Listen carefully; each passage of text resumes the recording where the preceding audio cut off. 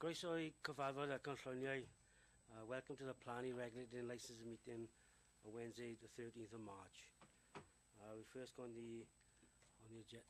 Before I do that, I got to read a note for you in the. Can you hear me now? Can you hear me now?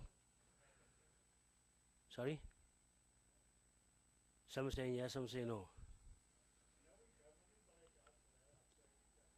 Well, it's like that, is it? Right, okay. Please note that this meeting will be recorded for subsequent broadcast via the authority's internet site. The images and sound recording may also be used for training purposes within the authority. The public seating area will be in view of the camera, and by entering the chamber and using the public seating area, members of the public are consenting to be filmed until the possible use of images and sound recordings as outlined above. I'll go on to the agenda. Item number 1, apologies for absence. Chair, we have Councillor Clive Tavy, apologies due to council business, and apologies from Councillor Julian Amos. Item number 2, declaration of interest. Members, I got declared an interest. I got a personal prejudicial interest. The member of the Cancer Care Aid is a personal friend, and a member of the Worth Thousands applicant is a friend of mine as well. So I've got declared an interest. So by doing that, the deputy chair isn't here. So now we'll have to elect a chair to take the first item from the floor. We'll just do that on a show of hands. If we can have a nomination first. Can we have a nomination, please? Can we have a seconder for that? Seconder. Can we just have a show of hands on that, please? That's carried. Clive?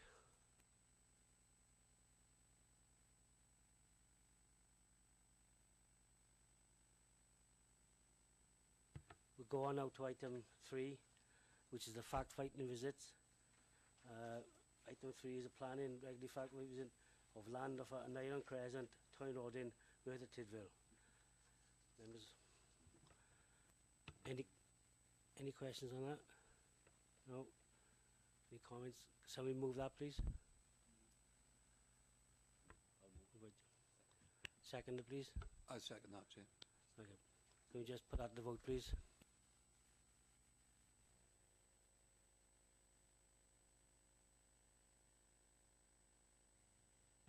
Thank you. That's carried. We're going to agenda number 4, which is a plan of regular fact-finding visits. Land at East Street and Upper Union Street, Dowlas, Merthyr Tydfil. Can we have any questions on that? Any comments? Sorry. Sorry? Yeah, so we'll go. Can we have somebody to move that as accuracy, please?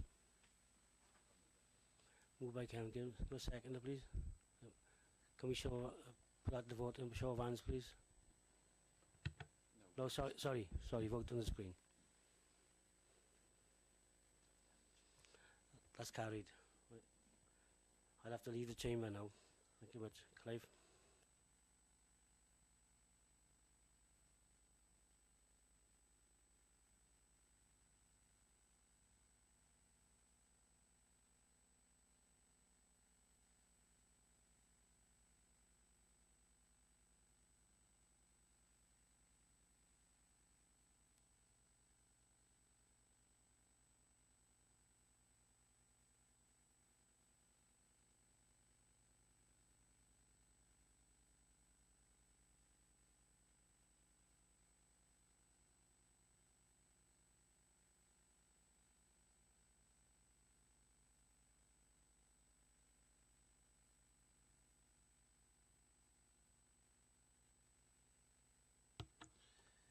Right, we're going now to item 5.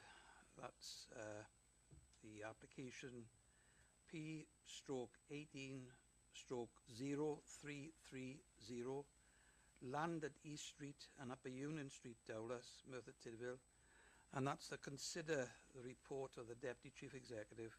It's pages 11 to 30, and Hugh Roberts is taking this. I understand that Councillor Amos had asked if it was possible for this item to be deferred. Is that possible? No, it's not a valid reason to defer making a decision on this. So you will have to consider the report before you. I mean, I understand Councillor Amos hasn't actually given a reason for the deferment, other than the fact he's not here. Could you put your speaker on? You're referring to the email that we've received from Councillor Amos? Mail, Councillor Lewis, but there has been a request made by Councillor Colburn for a request that this item be deferred because he's not here. It isn't a reason to defer the item, so you are going to have to go ahead and consider the report before you.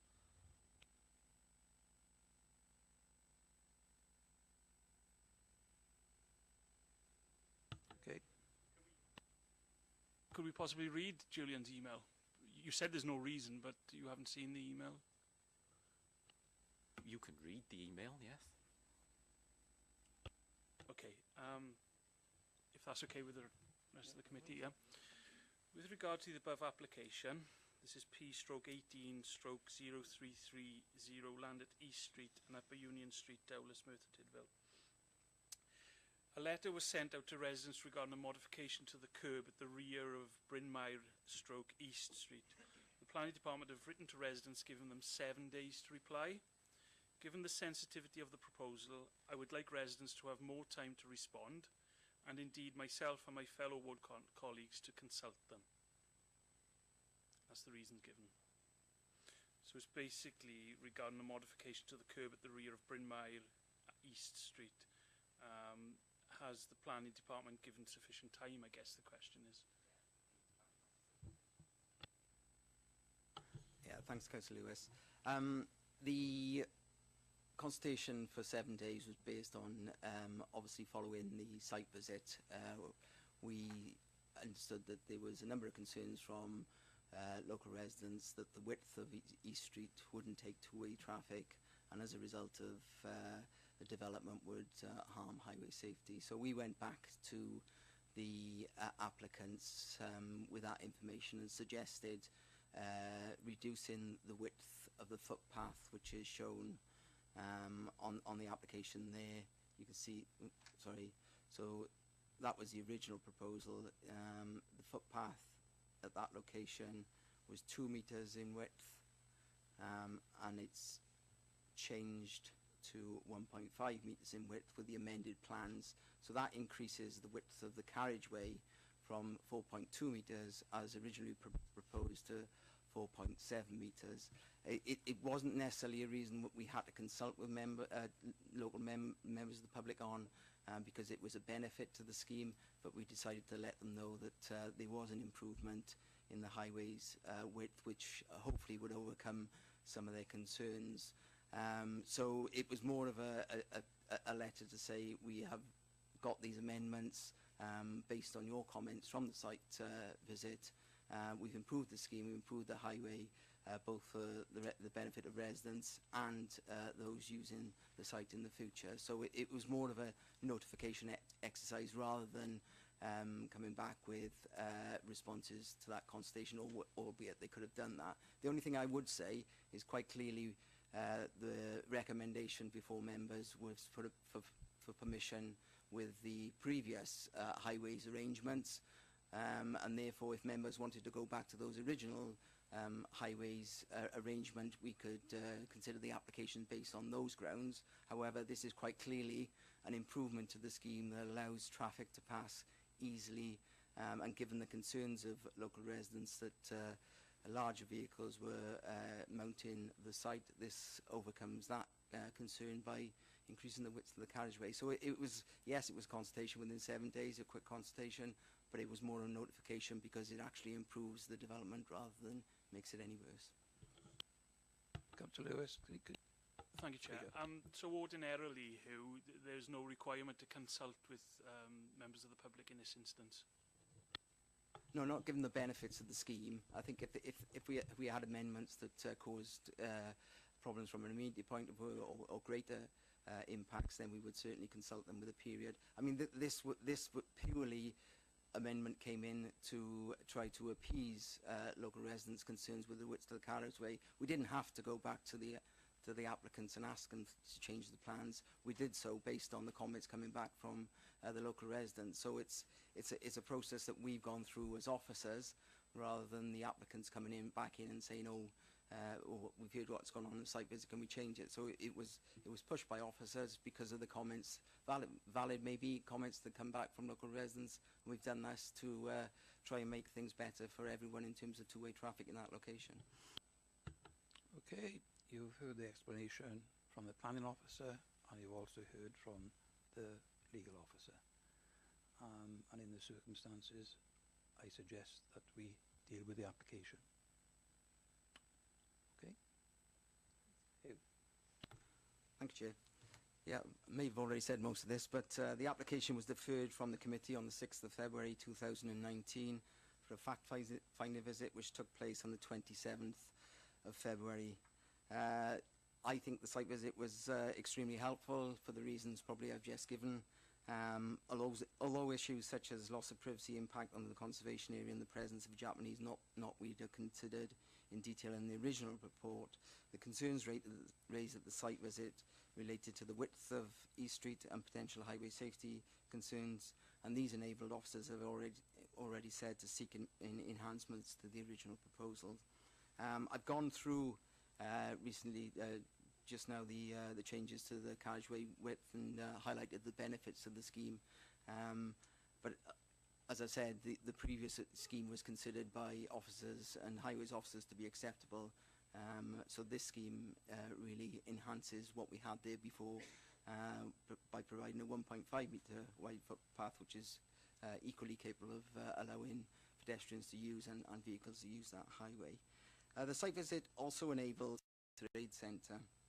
The requirement to have these quiet rooms in the centre for patients, as we all know, is fully appreciated. However, the concerns raised with regards to noise and disturbance as a result of the construction activities are not in themselves a reason to refuse the application. As highlighted in the report, the benefits of providing affordable housing in this area far outweigh any temporary adverse impacts during the construction phase. Members will also note the proposed condition 13 controls hours of working. The application is therefore recommended for approval subject to the amended conditions. They're amended conditions because of the highway changes 2 and 11 shown on pages 13 and 14, and the remaining conditions on pages 25 to 29. Thank you, Chair.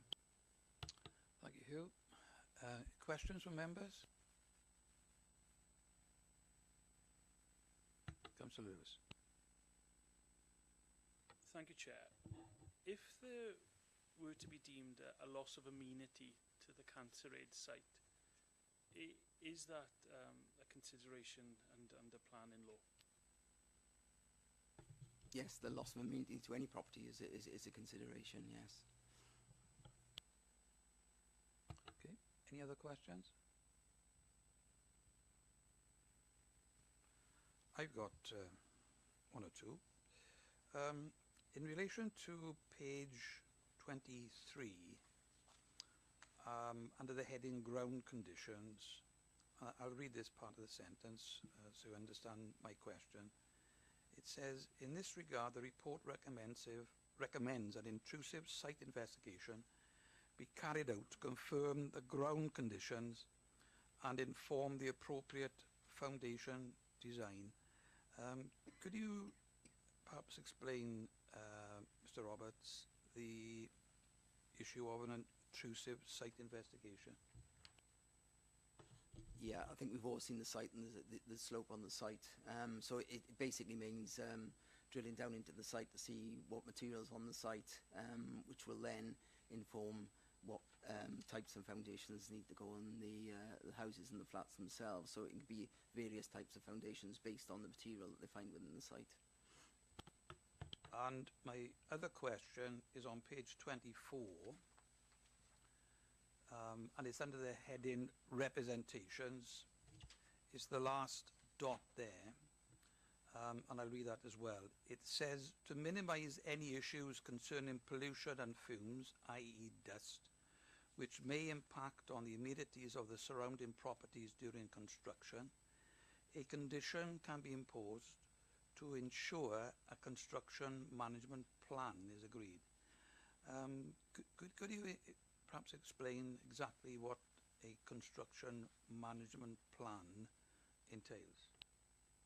Yeah, a construction management plan can take different forms, but it's basically providing us with details where, for example, the site office is going to be stored, how vehicles enter the site, how they are sheeted to go off the site so there isn't any dust in the site, how machinery on site stops that kind of dust and vibration and so on and so forth. So it's a management plan that tries to control the impact on neighbouring residents and the highways by the methods of working that they do on the site. I should point out that I've spoken to the applicants as well on the site, and they are in the process of getting a developer to do the site subject to any permissions, and they are engaging a community engagement officer as well, which will look at all these concerns of local residents and come in and trying to overcome those as part of it, and throughout the development, before and after and during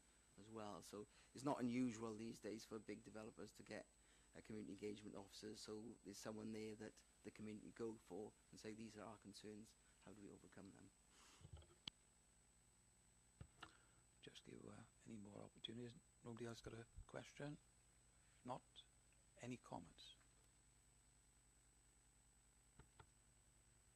No comments? I have a comment. If this application's approved this evening, the Merthyr Tydfil Housing Association, as I understand it, have not actually spoken to anyone around there, and particularly with Cancer Aid Centre, I would have thought that it would be beneficial for them to have spoken, particularly to the representative of the Cancer Aid Centre, regarding any particular issues that might happen if this application is approved during the construction stages. Yeah, I think the Housing Association have had some contact with the Cancer Aid Centre, but having said that, Chair, if members want to recommend the approval of this application, I have no problem with writing to the applicants to suggest that the committee would wish them to talk to the Cancer Aid building to see whether they can iron out any of the difficulties that are highlighted in the report, and that's something that it'll happen outside the planning process, but I'm willing to write to the applicants to highlight the committee's concerns. If there are no other comments, is a member going to recommend approval?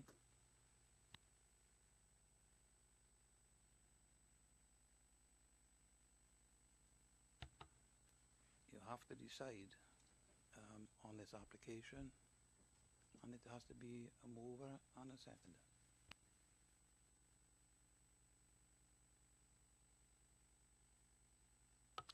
What would be the legalities if nobody actually moved it, Chair? Well, I've just been advised, I was aware of it, but the chair can move it, but there has to be a seconder. Again, the same question. If there's no seconder, what's the legalities of it then? If there's no seconder, there's a difficulty with proceeding to the vote because it needs to be moved and seconded before you proceed to vote on it. Okay, in that case, Yes. can we propose an amendment? So can I propose an amendment that the scheme be rejected? To give the reasons for refusal, they have to be valid planning reasons, and they have to stand up to inquiry. I don't know whether the planning officer wants to say anything in relation to planning. They've got to be valid planning reasons for a refusal. Yeah, they've got to be reasons for refusal, but if the application is refused and the application is appealed against, then it's up to members to defend that appeal. not do. What cannot happen is, if you move for it to be refused, you will give the reasons for those refusals. Because the officer's report is for recommendation for approval, then those officers will not be able to appear at any inquiry. So it would fall to you as members to represent the authority at any appeal or inquiry that did follow from the decision you make. Does that answer your question? Not really, Chair.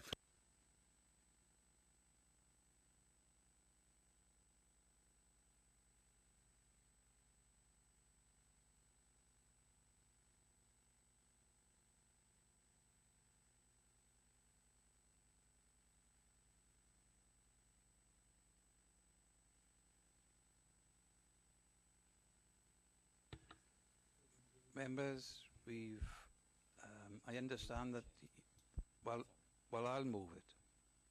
Is there a seconder? I move the recommendation as on page 25. No one actually seconded your amendment, the initial recommendation. Councillor Colburn has now moved an amendment. He's given me no reasons for the amendment, but we need to see whether anyone's prepared to... Sorry, I didn't propose. I asked if it was possible to do it, so I didn't actually propose. Is there a seconder?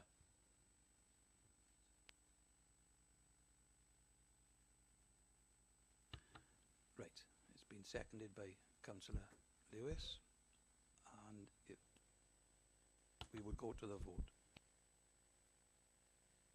Voting for the recommendation, which is for approval on page 25.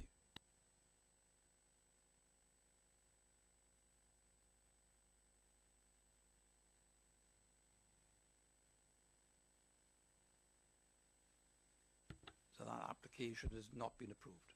Okay. Can someone call Councillor Barrett back in?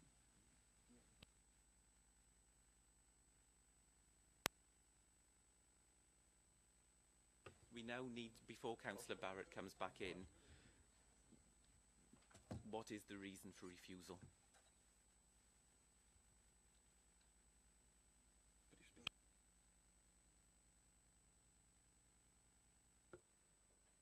So, were you asking me specifically, or the committee in general?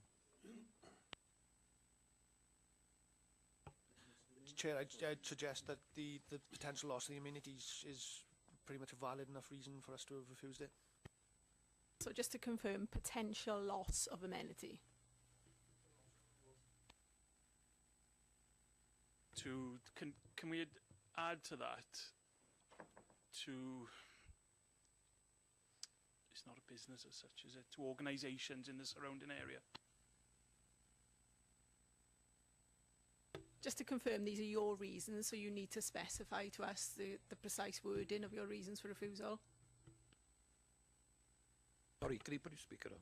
Sorry, Judith. My wordings as an individual councillor or as a collective, as a committee.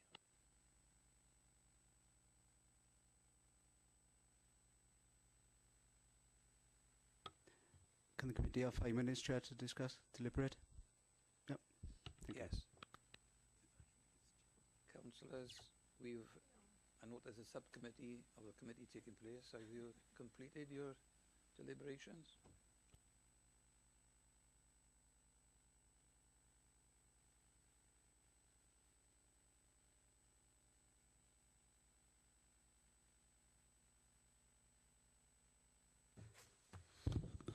Thank you, Chair. The committee has come up with 3 reasons for not approving this application. One will be the substantial loss of a voluntary organisation that provides palliative care. Number 2, the width of the highway, even with the proposed widening, we do not believe that is deemed appropriate. Yeah, sure.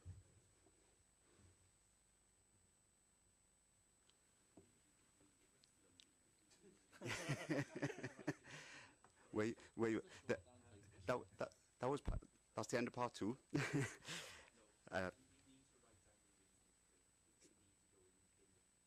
Yes, no, I understand, yeah.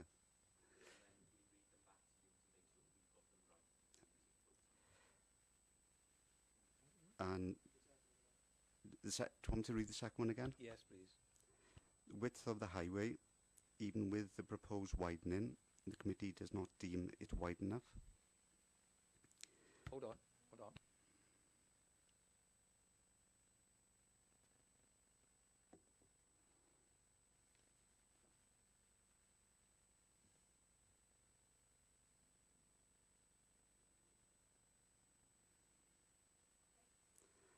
Due to the excavation of the site,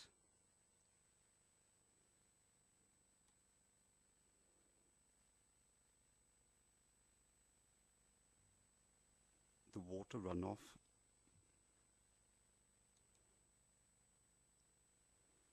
that could lead to stability concerns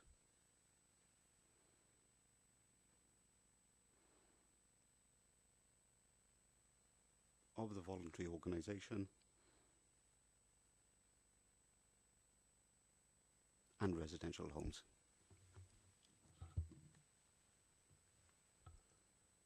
I'm done.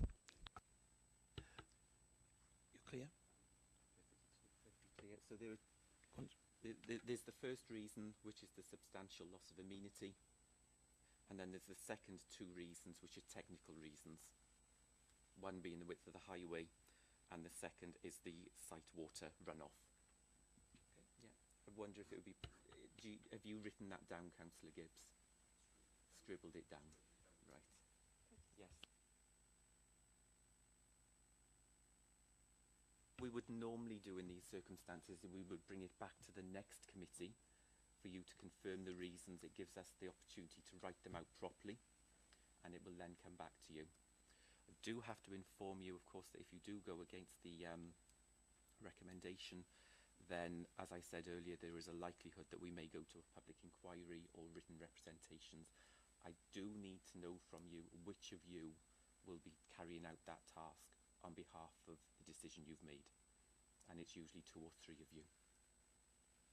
Because we cannot put an officer of the council to present those views, because the officer's recommendation was one of approval.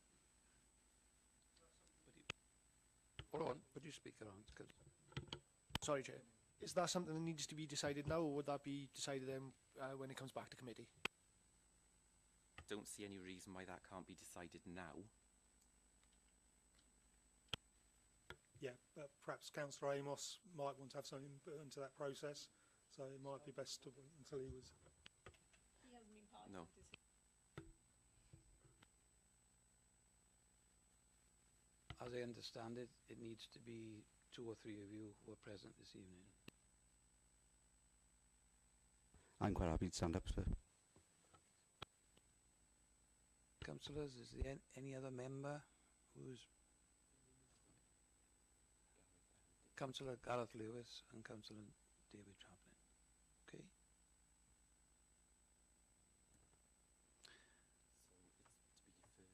Yeah. So, having got the reasons there, you need to someone move and second that, and it's on the basis that it'll come back to the next planning committee, so that we are quite clear. I'm seeing the reasons in print then, what we're doing from there on. Okay. I'm quite happy to move that, Chair.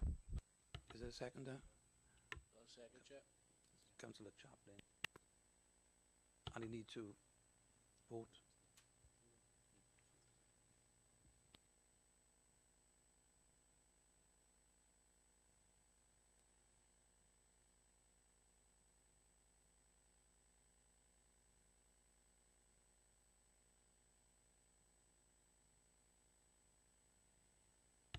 That's carried. Okay, thanks. Can somebody call Councillor Barrett back in, please?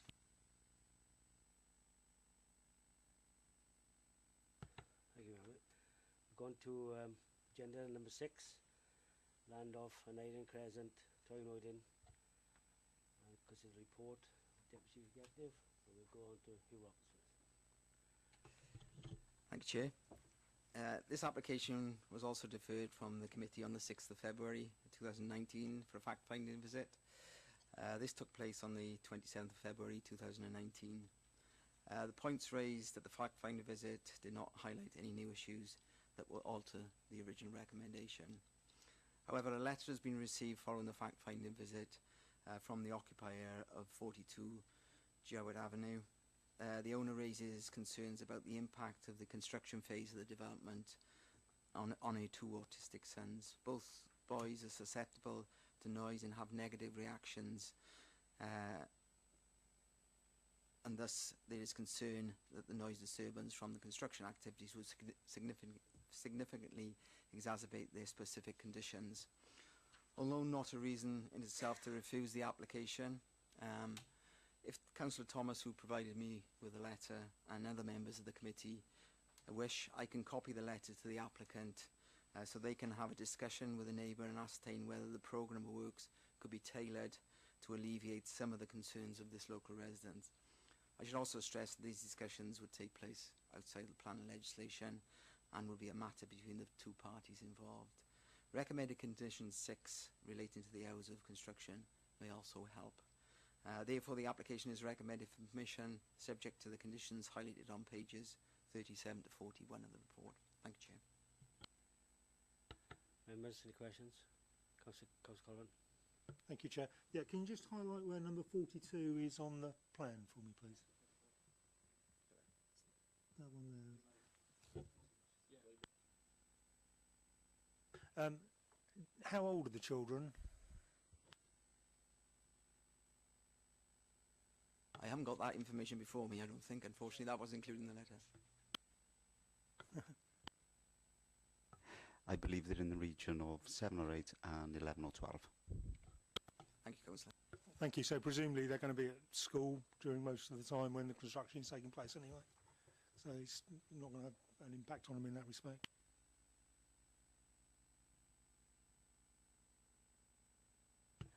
Any other questions? Any comments? Councillor Thomas. Yeah, thank you, Chair. Yes, if you could pass that on to the relevant people about the noise, and if we could sort of work a little bit out within the school hours then, if you like. That would be, if you could pass that on, I'd be grateful for that. And also, with regard to the bus stop, to make sure that that bus stop stays. Although the highway said there was never one there, there has been one there. And so long as that stays, I'll vote with the approval of this.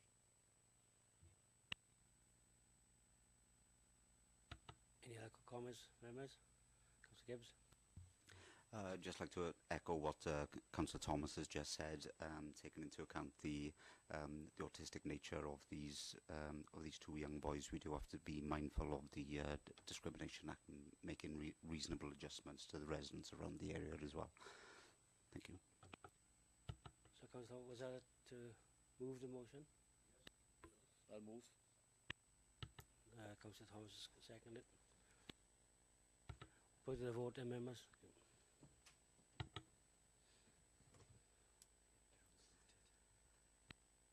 That's been approved, thank you very much. Going to item number 7, which is a proposed develop warehouse unit 5, Penguin Interstate, Dowless, which I'll hand over to Judith Jones. Thank you, Chair. This application relates to the Tenaco factory at Pengon, the industrial estate. Full planning permission is sought to construct a warehouse extension to the northern side of the unit within part of the service yard in order to improve the manufacturing capacity of the business. Access to the warehouse would be via a one-way traffic system within the site. No objections were received from the consultation exercise carried out, and no representations were received as a result of the publicity exercise carried out. The merits of the proposal are set out in the planning consideration section of the report, which concludes that the proposed development is acceptable and complies with relevant LDP policies. Accordingly, it's recommended that the application be approved subject to conditions. Any questions, members? Any comments? Submit to move this application? So, second, Councillor Thomas. Can we please put to the vote, please?